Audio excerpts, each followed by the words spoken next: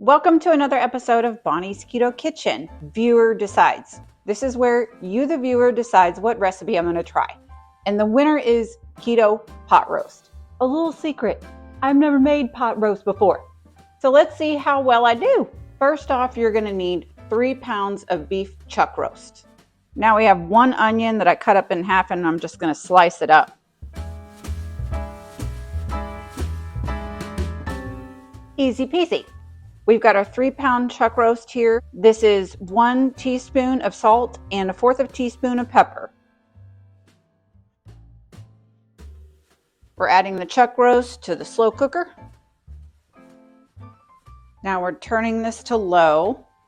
We're going to add the onion, 2 tablespoons of garlic, 1 bunch of parsley. That seems like a lot. So not the whole bunch of parsley, just a little. And 1 cup of beef broth.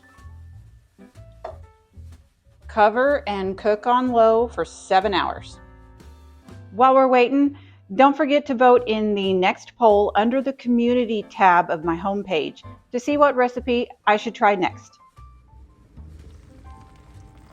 Ooh, that looks good.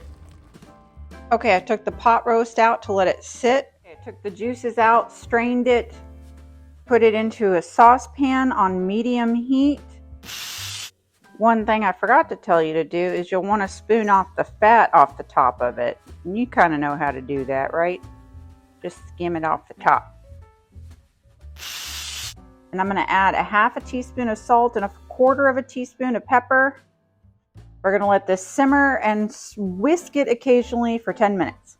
Okay, finished product. I know it doesn't look that great. This is just some mashed cauliflower here. You really do need to take off the fat because I didn't do it well enough. But either way, the pot roast looks really good. Let's just have a taste. This is so delicious.